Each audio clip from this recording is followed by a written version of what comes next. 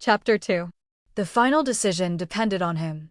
He fidgeted again with the earrank magic core in his hands, then looked to his side. Juhi shook her head at his eyes. She had a bad feeling about this. Well, even Jin-woo felt the same way.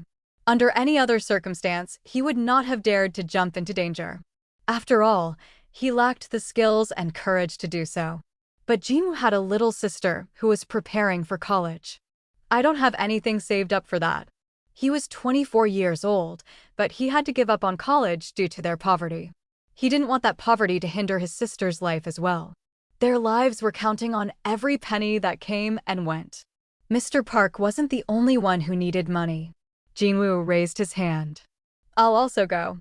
At his side, Juhi let out a small sigh disappointedly. -2. Double dungeon. The tunnel went on and on and on. At the vanguard stood Mr. Song and other veteran hunters. Led by the light from the fireball in Mr. Song's hand, the party walked through the dimly lit tunnel. Mr. Kim spoke up from the party. Isn't this going in a little too deep? Maybe we should think about turning back. How long have we been walking? Mr. Kim checked his watch. About 40 minutes. When we take down the boss, we'll have 1 hour before the gate closes. Taking into account the time for the return trip, we still have a breathing room of 20 minutes, right? Then if we don't come across the boss after 20 more minutes of walking, we should leave, right? I suppose so. Nodding, Mr. Song pointed towards his back with his thumb. Hey, Mr. Kim, it's dark ahead of me, so fall back a little bit. Mr. Kim looked at Mr. Song's fireball, then took out his cell phone and turned on its flashlight function. The light from the phone brightly illuminated their path. Looking back and forth between his fireball and the phone's light, Mr. Song quietly searched pockets for his phone. At the rear of the party walked Jin-woo, who was injured, and Juhi, who had no fighting skills. Jin-woo scratched his head. I'm sorry. For what? Dragging you along like this. I'm fine. You don't have to worry about me. Jin-woo discreetly read her expression. It was not a face without worry. Tilting his head, Jin-woo carefully asked, Are you sure? Juhi abruptly turned to face him. Of course I'm not okay. Are you in your right mind? Earlier, if the place you were stabbed in was just a bit higher, it would have pierced your heart. And what about the injuries on your wrist and thigh? I barely healed all those, and you're already jumping into another dungeon? Especially when you don't know anything about it. At her rant, Jin-woo felt himself becoming lightheaded. But she was not wrong. Juhi was a healer-class hunter, and more than that, a B-rank hunter. A rare sight in the association. If it was not for her healing, Jin-woo would have probably succumbed to injuries that would have put his normal life out of commission, much less being a hunter. I really owe her a lot. A healer-class hunter. Not only that, a B-rank healer-class hunter. Whenever a gate appeared, the association would request her as a healer, and, of course, Jin-woo would always find himself sitting or lying down next to her in treatment in their raids. You're hurting, right? Please hang in there. You look familiar. Are you from that time? You got hurt again? Seems like I see you again and again. You said your name was Jin-woo? Are you all right? Do you ever think maybe the hunter life isn't for you? You're here again. Hold out your arm. No, not there. You can mend that with just bandages, the other arm. Surpassing his gratitude, he now felt apologetic to her. Seeing his silent face, Juhi felt bad about her rant and calmed down. Are you really sorry? Of course. After some thought, Juhi looked at Jin-woo at her side, with corners of her mouth rising ever so slightly. Well, maybe you could treat me to a meal sometime. It was not a response he expected. Shocked, Jin-woo looked at Juhi's face, now showing a mischievous smile. A girl. He remembered Juhi was 20 going on 21. If she had cut her long hair into a proper length and put on a school uniform, she'd be a fitting image of a student. Imagining her in a uniform, his face blushed. Seeing his delayed response, Juhi blew air into her cheeks and pouted. Do you not want to eat with me? It was then. Suddenly, a commotion rose from the vanguard of the party. This is it. The boss room. Ji-woo and Juhi turned their gazes forward. There stood a giant door signaling the end of the tunnel. The hunters gathered before the door. To think there was a door at the end of the tunnel. Do you think this was always here? First time I'm seeing something like this. Do you think it's dangerous? As they quietly whispered back and forth, the hunters became uneasy. After all, their lives were on the line. They had to be careful.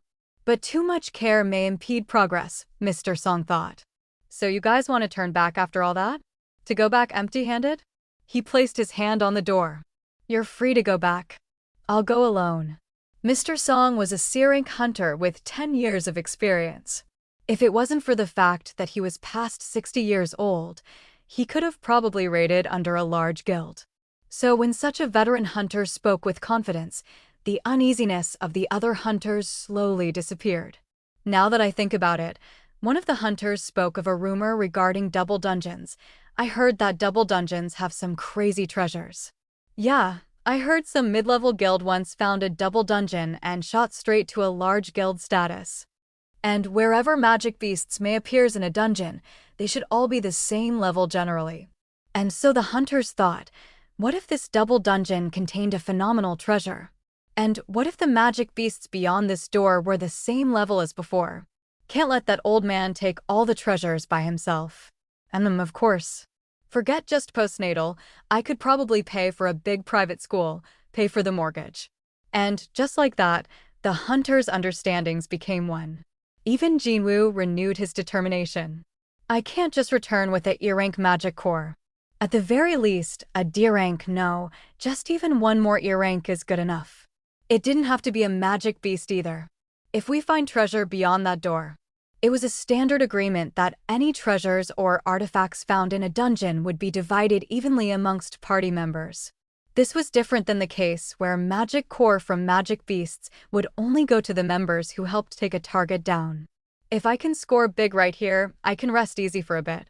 Seeing his determined face, Joo-hee asked from his side, is that really the face of someone who hunts as a hobby? Jin-woo shrugged. Who would risk their lives for work these days?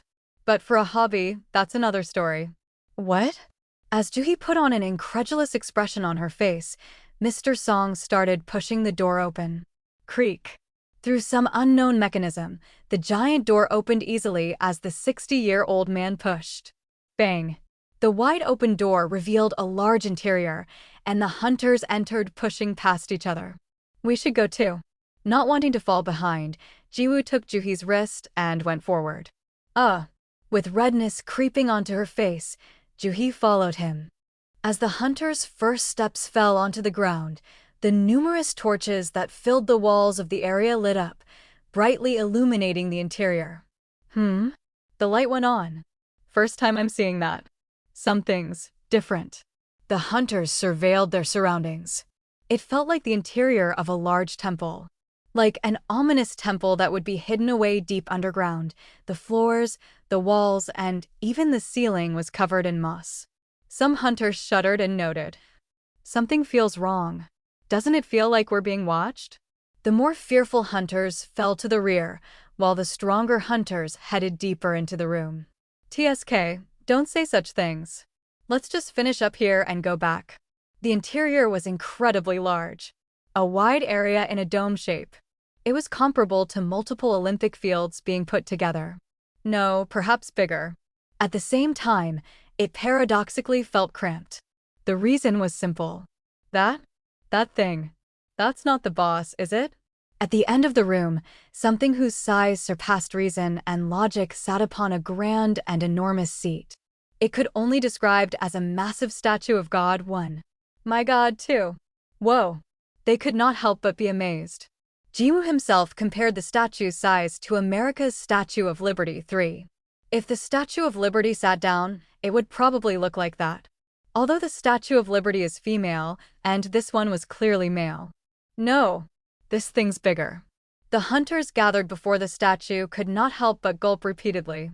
They stood in fear, wondering if the statue of God was the boss of this dungeon. But the statue did not move. Phew. Mr. Song also sighed in relief. All right, let's spread out. With renewed confidence, the hunters spread out, investigating the giant room. I don't see any magic beasts. Right? Forget magic beasts, I don't even see a single bug. Compared to its well-lit interiors and enormous size, the room of the Statue of God was rather plain. Adorning its walls were countless torches, illuminating the room. In front of the torches stood statues slightly larger than the average man, forming equidistant points of a circle. Beautiful. It's like a work of art. Each statue held something different in its hands. Some held weapons, some books, others held instruments or torches. It's like... Mr. Kim started describing decorations in a temple. Mr. Song finished his sentence. Mr. Song found something at his feet. This is a magic circle for? At the center of the temple room, there was a magic circle that he had never seen before in his life. Mr. Song, there's something written here. Can you come take a look at this? A hunter called out to the raid's leader, finding a statue that stood out from the rest. Leaving his observation of the magic circle, Mr. Song headed towards the hunter. One by one, all the hunters in the room gathered before the strange statue as well. Of all the statues in the room, this one was the only one with wings. It was holding a stone tablet. What caught the hunter's eyes were the words written on the stone tablet. It's Runic 5. Mr. Song spoke after analyzing the tablet. Runes. A form of text that could be found in dungeons, it was something that could not be found elsewhere on Earth. Only the hunters who awakened 6 as mage class could interpret them. Mr. Song read the first line of the tablet. Commandments of the Kartinon Temple 7. Jin-woo listened to Mr. Song's reading of the tablet with a serious expression. But then suddenly, someone grabbed his arm. Turning around, he saw Juhi looking at him with a pale, fear-stricken face.